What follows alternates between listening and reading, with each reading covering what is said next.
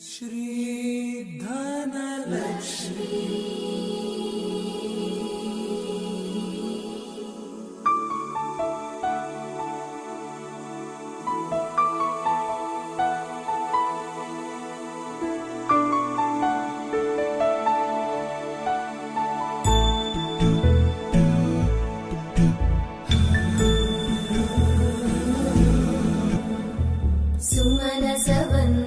सुन्दरि माधवी चन्द्र सहोदरि हेममयी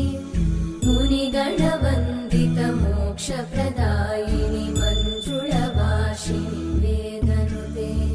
पङ्कजवासिनि देव सुपूजित सद्गुणवर्षिणि शान्तियुते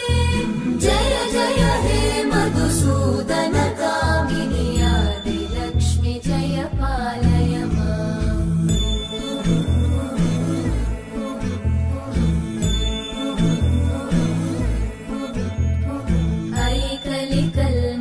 नाशिनि कामिनि वैदिकरूपिणि वेदमये क्षीरसमुद्भव मङ्गलरूपिणि मन्त्रनिवासिनि मन्त्रनुते मङ्गलदायिनि अम्बुजवासिनि देवगणाश्रितपादयुते जय जय हे मधुसूदन कामिनि धान्यलक्ष्मि जय पालय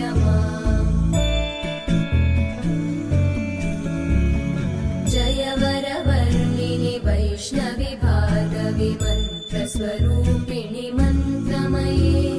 सुरगणपूजित शीघ्रफलप्रद ज्ञानविकासिनि शास्त्रनुते भवभयहारिणि पापविमोचनि साधुजनाश्रितपादयुते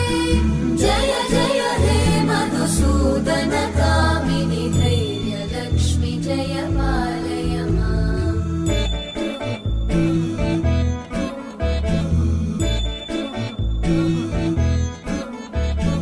जय जय दुर्गतिनाशिनि कामिनि सर्वफलप्रद शास्त्रमये रथगजतुरगपदादि समानुत परिजन मण्डित लोकनुते हरिहर ब्रह्म सुपूजित सेवित तापनिवारिणि पादयुते जय जय हे मधुसूदन कामिनि श्रीगजलक्ष्मी पालय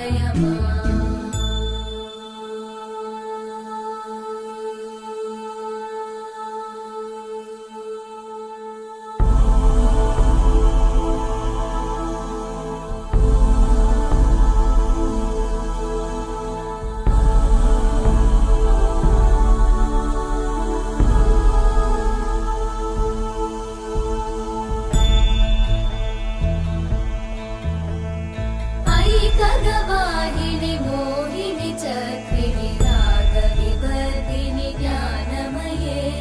गुणगणवारिधि लोकहितैषिणि सप्तस्वरवरगाननुते सकलसुरासुर देव मुनीश्वर मानव वन्दित पादयुते जय जय हे मधुसूदन कामिनि सन्तान लक्ष्मि पालय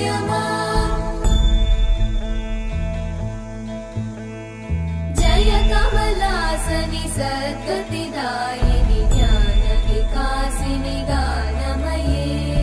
अनुदिनमर्चित कुङ्कुमधूसर भूषित वासित वाद्यनुते कनकधरा स्तुति वैभव वन्दित शङ्कर देशिक मान्यपते जय जय हे मधुसूदन कामिनि विजयलक्ष्मि जय पालय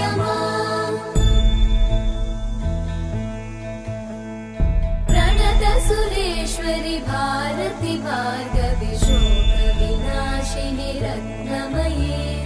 मणिमय भूषित कर्णविभूषण शान्ति समावृत हास्यमुखे